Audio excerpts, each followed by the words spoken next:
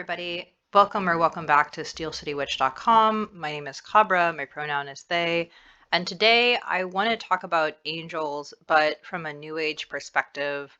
A lot of times when I make my videos, I am writing to other people who, like me, or I'm talking to people who, like me, expect a high degree of scholarship from what they read and see. And I think that I'm seeing a gap in the New Age media where there's not really a good primer. And so I wanted to kind of put aside the quoting 50 million dead guys to sit down and talk about New Age, because a lot of the stuff that is made by New Age practitioners misses a couple pieces of information that I think are really important for beginners. And also, a lot of the stuff that's made outside of New Age circles is not accessible for people who are in New Age, but also is like, we really love to look down our noses at New Age practitioners, and I think that that's completely unfair. So, Crowley said, there must ever be division in the word, for colors are many, but the light is one. And as a hardcore religious pluralist, I believe this wholeheartedly. Like, yeah, my practice involves a lot of reading about books and quoting dead guys and doing unnecessary, complicated things, but I don't think that everyone has to do it that way. So this video is for the working moms, the young adults in college or technical school or at their first job who don't have time to do a bazillion things and still have spiritual needs and who are drawn to New Age, right? And we are gonna go over some of the critiques of New Age in this video, but mostly I want to talk about the strengths. I want to hype y'all up. I want to reflect back to y'all what is good so that y'all can lean into the goodness that you've cultivated, right? So when I say New Age, what is New Age? I'm going to do this as a list of practices and as a list of common beliefs, right? With the understanding that, like, every New Age practitioner is different, and that is good, actually. But some New Age practices include angel numbers, sacred geometry, like the Metatron cube that's over on the side here, aura reading, intuitive readers, crystal grids.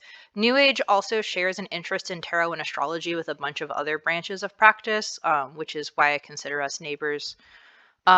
Some common beliefs in New Age, though again, everybody is different, is a belief that divinity is like a light, and the belief not in a theologically rigorous God, but a deeply experienced and felt ineffable divinity, often referred to as a divine light or just called source.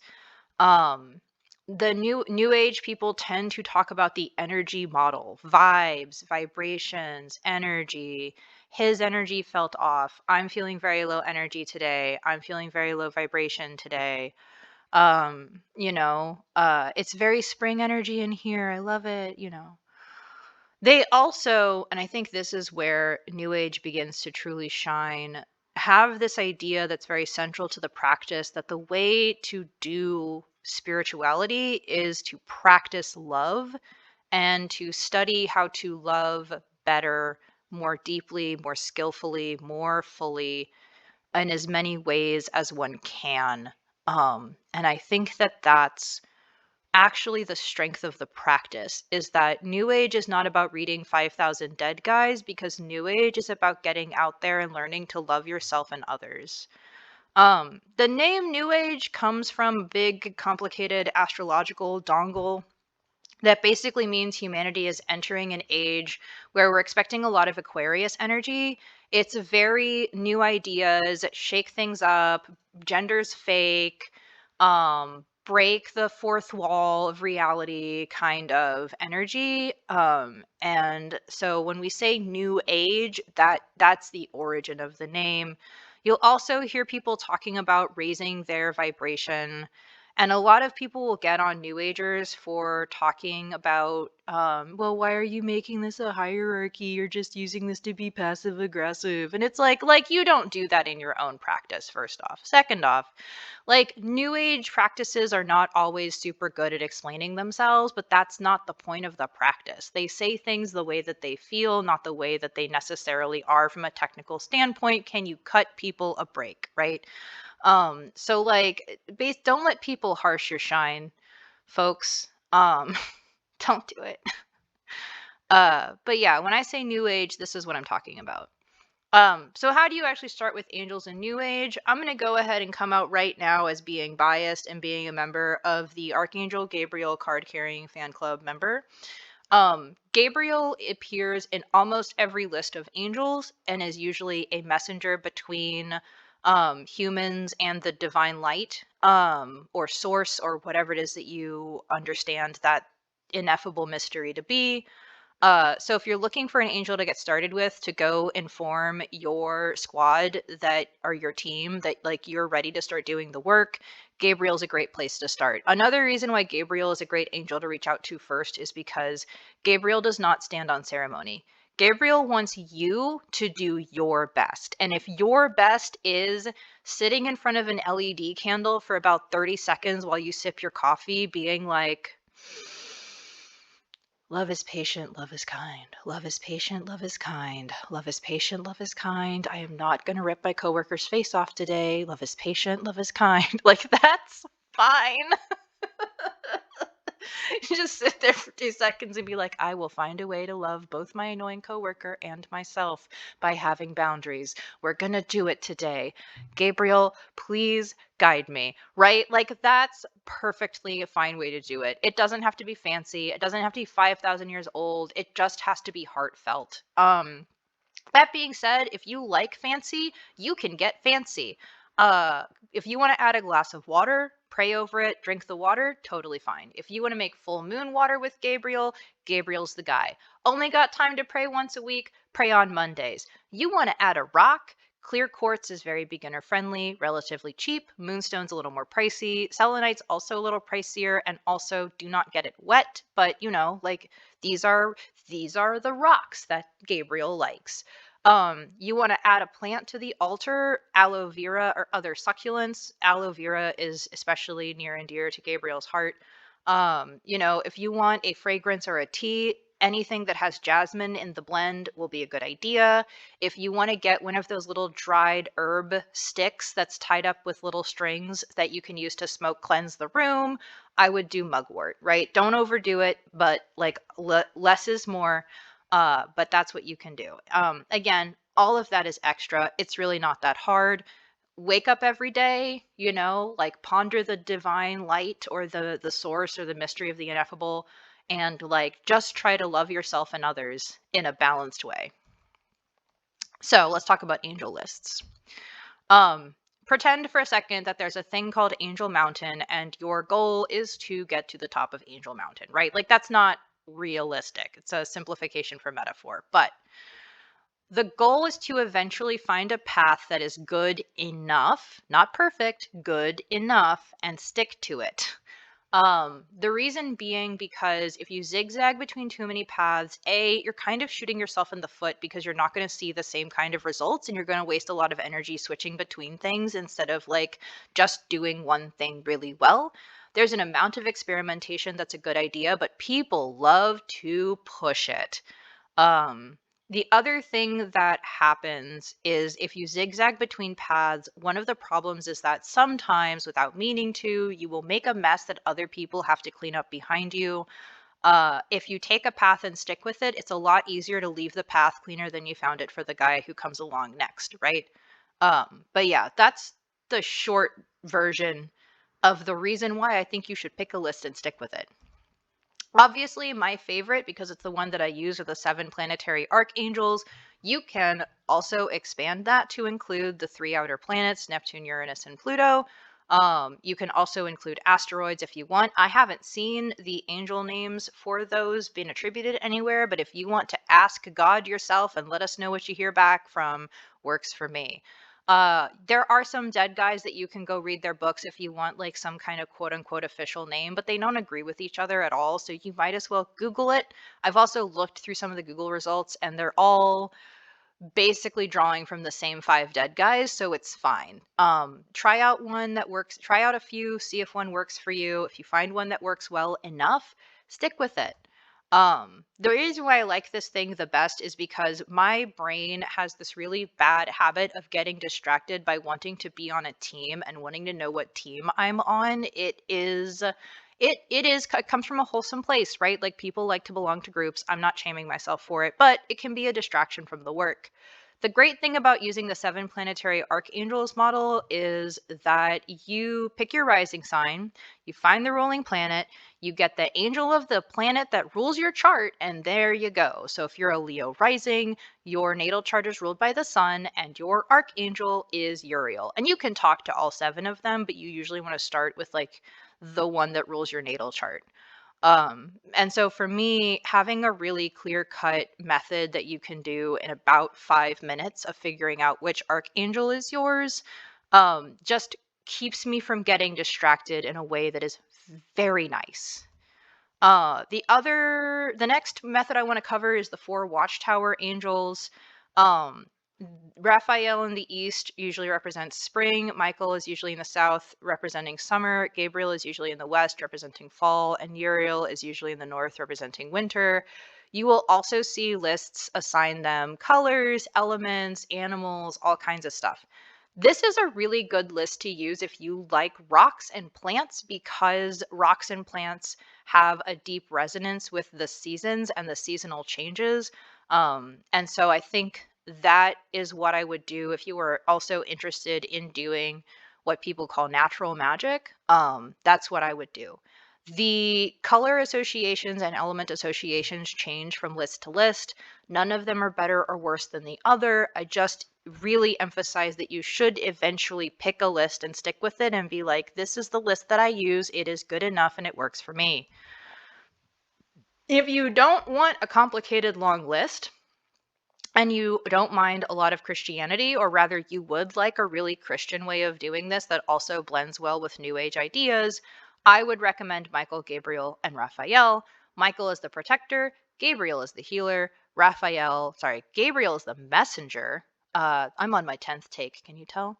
Raphael is the healer. They have a feast day. You can involve prayer beads or a rosary. You can have, you can explore different heretical Christologies, which is always fun, which just is a fancy way of saying like different ways of thinking about Jesus as like a teacher and prophet and not necessarily the Messiah, or as being kind of an archetype of the dying and rising God. Like there's a bunch of different ways you can approach this, and I highly recommend Heresy. It's good for society. The other thing that I've seen done, but that I can't speak to because I don't do it myself, is 12 zodiacal angels. Again, I Googled some lists and looked at them. They're all drawing from the same 5 dead guys. It'll be fine. Like, pick a list and stick with it. Don't go wandering all over, right? And in theory, if you wanted to do some combination of like the 4 of these, you can, but like I really don't recommend it. Like I really recommend picking one and sticking with it. The zodiacal angels have the benefit of being 12. Every single one of them has a sect, either night or day, an element, one of the 4 classical elements, a modality, which is a way of saying their relationship to movement, forward, stillness, and kind of like more flowy, right? And I think that that provides a lot of nuance and also is like a really realistic way to talk about the energies of life and the cycles that we go through. So there's a lot of benefit to this particular approach, right? It is also just as traditional as the other ones. The thing that I want to avoid, that I want to encourage you to avoid, is using Kabbalah if you are not Jewish and or do not have like a Jewish background. I'm not saying you have to be the most Jewish person to ever have existed. Your relationship to Judaism can be very complicated. I, as a person who comes from about 15 generations of Catholics, am in no way, shape, or form qualified to decide who is Jewish enough. Please do not ask me. But if you're like me and you come from 15 generations of Catholics or Protestants, maybe leave this one alone. Why? Couple of reasons. Unlike the other lists where you can grab and go, like light a candle, call it a day, like do some journaling, rub a rock on your third eye and then like go to work. The practice of doing Kabbalah is actually incredibly involved. This is in every single way an egghead practice. The second problem, the reason I would avoid it is because while there is a lot of cultural sharing between Judaism and other religions, and some of that cultural sharing is really beautiful and wholesome and good, this is not one of those cases. The history of Kabbalah exiting Judaism and entering the rest of society is a nasty, violent history that I am not getting into here. And the supposed advantage that people say, especially about Hermetic Kabbalah, of like, you can put anything on there and it works, that's actually a disadvantage. Remember Angel Mountain? A lot of people will use Kabbalah in order to zigzag around Angel Mountain and be like, look, I've gone everywhere. I understand God now. No, no, honey. Pick a path and stick with it. And that again, that is not a criticism of like people who study Kabbalah seriously and who have like really gotten into dealing with the complicatedness and like the nastiness of its history outside of Judaism. Like this is mostly for people who are dilettantes with the Hermetic Kabbalah. I would not fight people on the internet about this. Don't call people out. Don't wag your finger in their faces. Don't do it. Lead by example. Lead with love. Just pick a different list. A couple of things to look out for. Lists of angels that are 10, 22, or 32 are usually drawing from Kabbalah.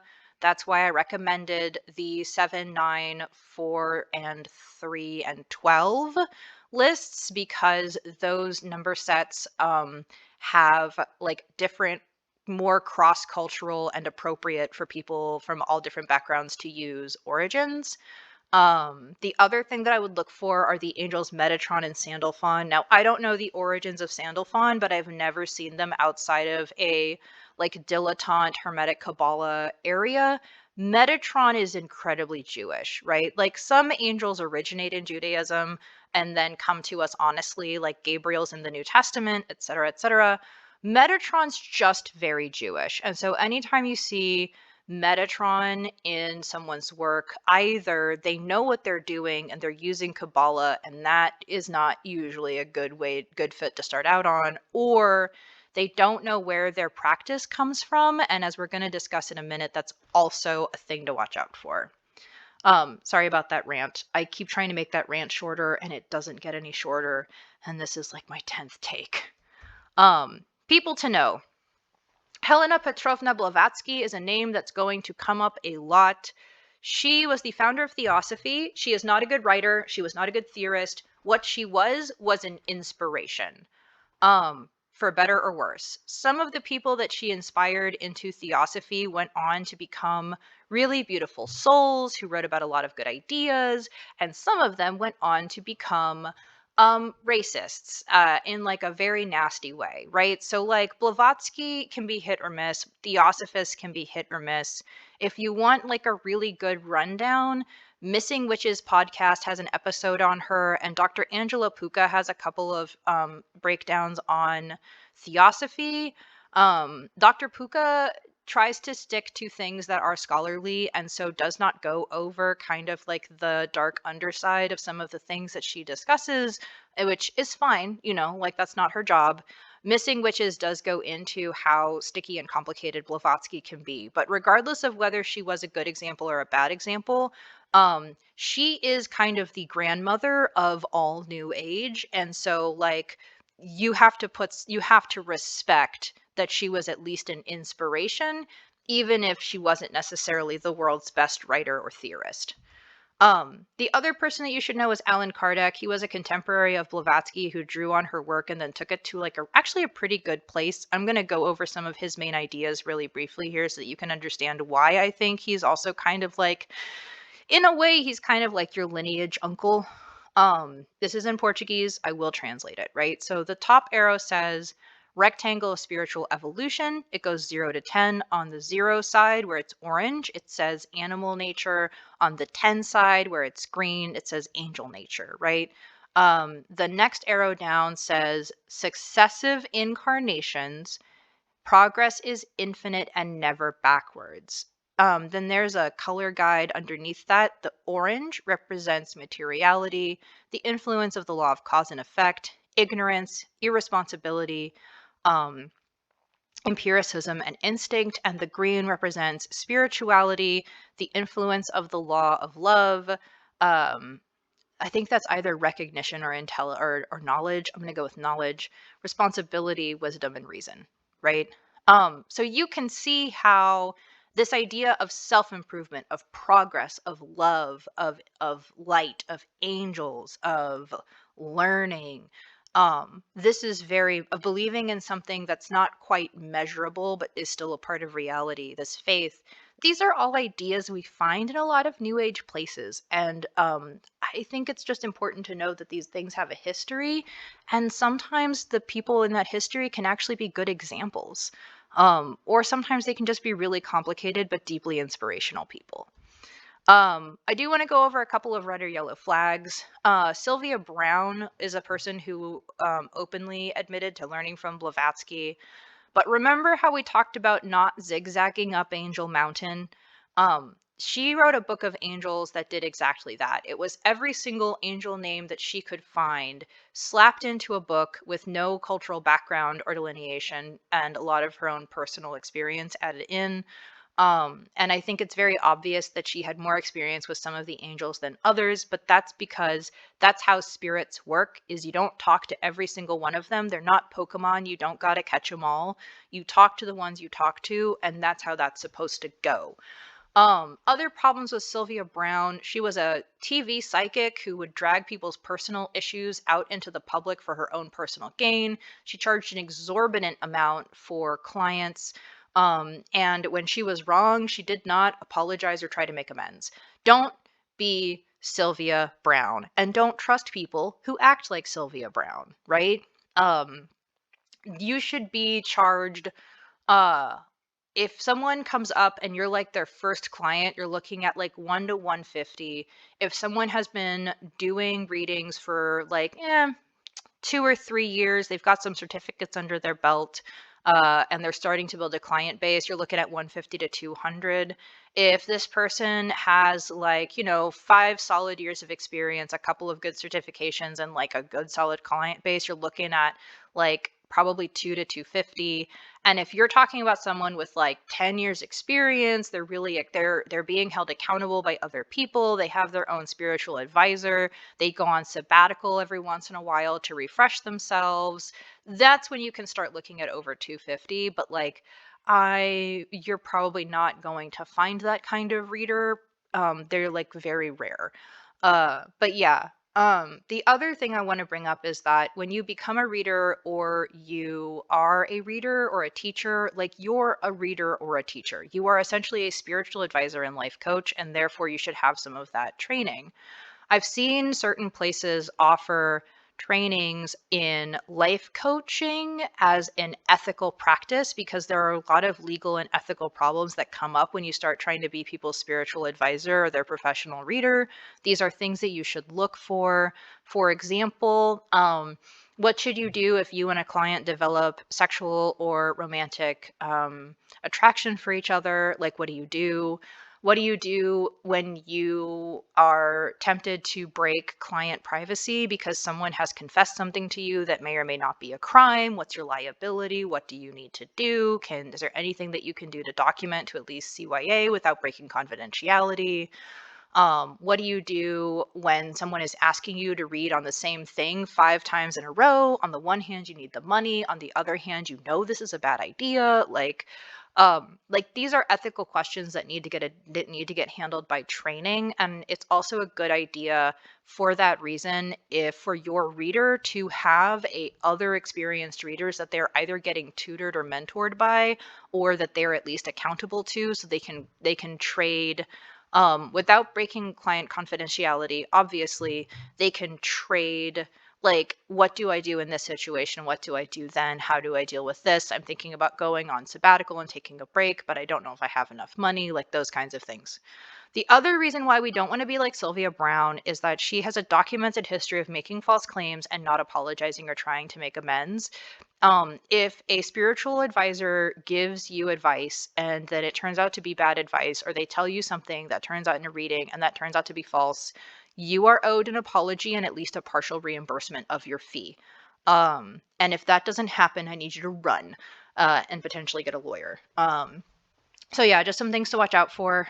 The other thing that I do want to point out, and these are not things Sylvia Brown has done, people who don't know where they get their stuff from are either ignorant and need to study more or are lying. I'm not saying you need to be able to quote 2,000 dead guys, but you should at least be able to point to one thing. You should be like, oh, I was really inspired by theosophy, and then I like focused on this one person, and then I like learned from experience. Like, just be able to name like one or two things, right? Or like, I studied under this person and they're still my mentor as a reader. Like, I'm not saying you have to have like a full chronology going back 200 years of your lineage path, but like be able to name at least someone, preferably someone Googleable. The other thing that I will say is a red flag, and this is not something that Sylvia Brown did, but it is a thing that happens in New Age circles that you need to watch out for, is people who are rejecting scientific data, right? So it's one thing to like not want to rush to the doctor for every single little sniffle and to want to use herbal medicines, especially if you just have like an upset tummy or like you're like a mild amount of pain and you don't want to use over the counter meds unless you really have to. Like, I definitely get being a little skeptical, especially if you're like not a man or you're not white. Like, sometimes you actually do need to take a friend with you to the doctor for moral support, but also to be a witness in case something goes sideways, right? Um, New Agers will sometimes get into denial about hard facts of reality. This is a form of spiritual bypassing. It's not good for your soul. It's also like really just bad for your body. A great example is that sometime in the last 5 years, people started selling something called colloidal silver. Colloidal silver is poison. It's not kind of sort of poison. Like, if you take any medicine in too large a dosage, it is poisonous. Colloidal silver's like super poison. Like, it doesn't necessarily kill you very fast, but there is no amount of it that is a good idea to be ingesting. And this is not new science where everyone is like, oh my God, it's going to be the next new thing. We just discovered it yesterday. This is like a thing that has been known to be a bad idea to ingest for a really, really long time. So one thing to keep an eye out is that red flag from when people switch from being skeptical or hesitant around institutional medicine and new scientific findings to being like, what's the word I'm looking for? Absolutely in denial of reality. So also, please don't drink colloidal silver. It's poison. There is no amount of colloidal silver that is a good idea, I promise you. In summary, New Age Angelology, great spiritual path, champions class accessibility, relying on your own intuition and focusing on self-improvement. Gabriel is the best angel to start with, personal opinion. All you need is a candle and a flat surface. Please watch out for red flags and avoid scammers. Please pick one angel list and develop your relationships deeply. You do not have to talk to every angel. They are not Pokemon. You do not got to catch them all.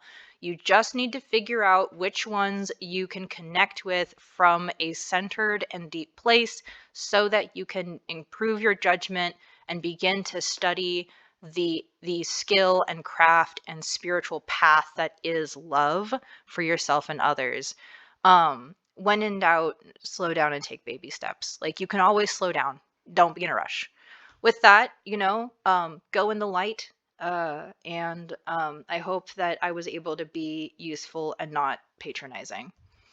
Thanks to Wikipedia for some of the images. A lot of these images were also public domain. Thanks to SlidesGo for giving me this really cool theme. Thanks to my mom for teaching me a lot of the stuff that was in here, actually.